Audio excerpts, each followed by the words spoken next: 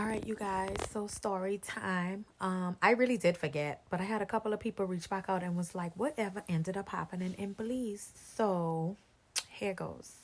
So we get to Belize like Thursday evening, and we get to the hotel. They bring us our golf cart. We check in, we freshen up. We go out Thursday night, and we have like a blast.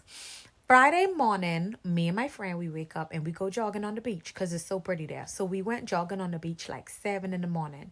And then we go back to the hotel to get dressed for beach day. So wait, keep in mind now, the hotel we were staying in, it's not like a traditional hotel. They like little villas. So they have a front door and a back door. It's like your own little house.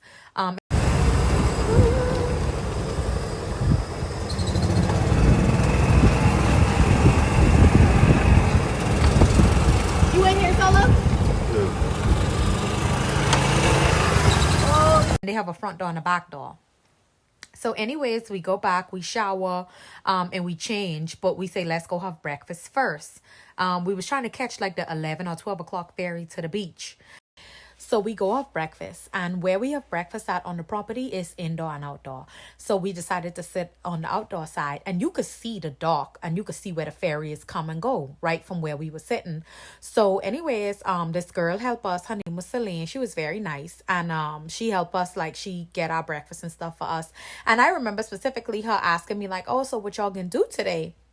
So I tell her, I was like, well, we going to the beach, y'all private beach today. We trying to catch the 11 or 12 o'clock ferry. So she was like, oh, okay, cool or whatever. And then at the end of breakfast, she was like, okay, how y'all want to pay? Y'all want to charge it to y'all room? So we was like, yeah, we'll charge it to the room. That's convenient. So we give her our room number, 338A. If you stay at Mahogany Bay in Belize, don't stay there. But anyway, so that was it. We go back to the room, we grab our stuff, and we head out to go to the ferry at the 12 o'clock ferry. We catch the 12 o'clock ferry over to the beach. So we get back like around 5 something to get ready to go to dinner. And I get back before my friends. So I couldn't get in the room. And I saw housekeeping. So I was like, hey, y'all didn't end up cleaning our room? So housekeeping, she was like, no, I couldn't get in your room all day, so I didn't clean it. So I was like, that's weird. So I tried my key, couldn't get in my room. So she was like, well, let me call security for you. So she radio security, that he pull up, and then he tried to get in regularly and he couldn't get in either. So he said, come here. He said, let me show you. He said, you see how it's the light turning orange? He said, that means y'all have a deadbolt on the inside. He said, you sure nobody in there? I say, no. I said, oh, 2 of us been gone all day. That don't make no sense. Ain't none of us, how we gonna log the deadbolt? Like, that didn't make no sense. So he was like, well, yeah, that's what they mean when it turned orange. I say, well, anyways, ain't nobody in there. So he ended up unlocking the door for me. I go in. Everything looked fine. But so I get in the room, I about to get in the shower, and when I about to get in the shower, my friend walk in. And so I was like, girl, how about I just now getting in the shower because I couldn't get in the room?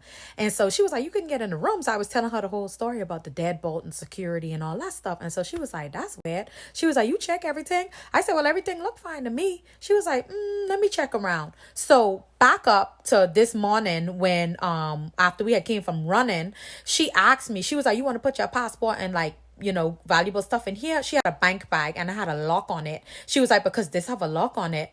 And what prompted her to ask me that was because when I had checked the room safe, it wasn't working. So I was like, well, yeah, let me put my stuff in there because I remember the safe wasn't working. And I'm thinking, okay, it have a lock on it. It gotta be the safest thing.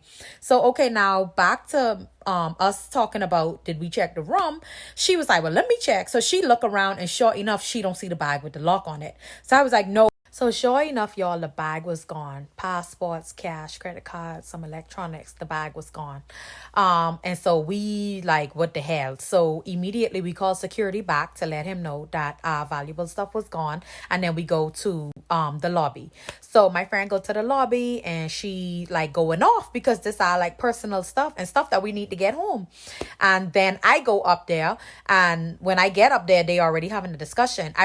I remember her specifically loudly saying, because we was about to go to the police station now. So before we leave for the police station, I remember her specifically yelling, whoever got our stuff, just give us back our passports. Y'all could keep the cash, just give us back our passports. So we go to the police station, we file a report.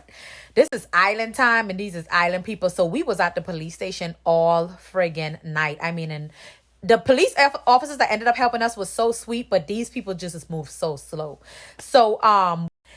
So now we leave the police station, we headed back to the hotel, and the security get a call, and they was asking where we was because someone find a bag in a bathroom in the coffee shop on the property.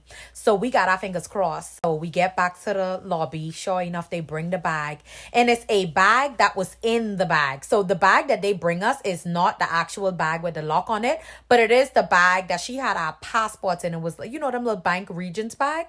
Okay, so she had our passports in there. So they brought that bag back, but you could even see where that had a slit in it where they cut the bag open. So that's the only bag we get back, was the one that had our passports. Keep in mind, didn't I just tell y'all she yelled that in the lobby? Sure enough, that was the only. Didn't get the entire bag back with the lock on it. We just got one of the bags back that was on the inside, and luckily that one had our passports. Cause I don't know how I was gonna get home. The police was even saying like, we have a U.S. embassy, but we don't have anything for Bahamians. So that would have been a nightmare.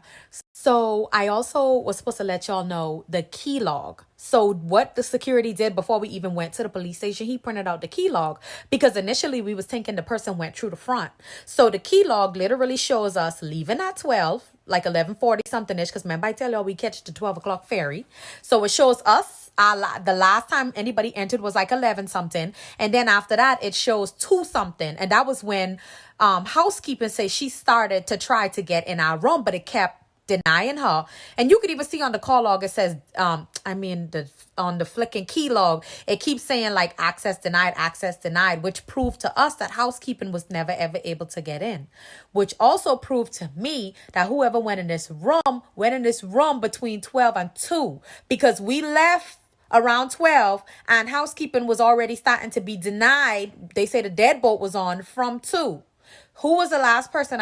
Okay, so lastly, Celine was the last person I gave all the information to. I don't care what nobody say. She was nice, but she had something to do with it. It was an inside job. Another thing I can show y'all is the back door. So we come to that conclusion. The person went in through the back, which is what let us know that this was an inside job, because who else know that these doors could unlock like this?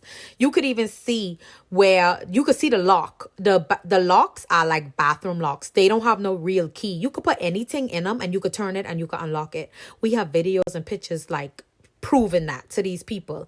The person went in through the back, which lets us know that this is somebody who knows that they could do this. And this is somebody who know that it's 338A, because all of the rooms don't do this. Only some. One of them is ours. And the last person I told our room number and that we was going to the beach all day was Celine. It was fucking Celine. I think she had help, don't get me wrong.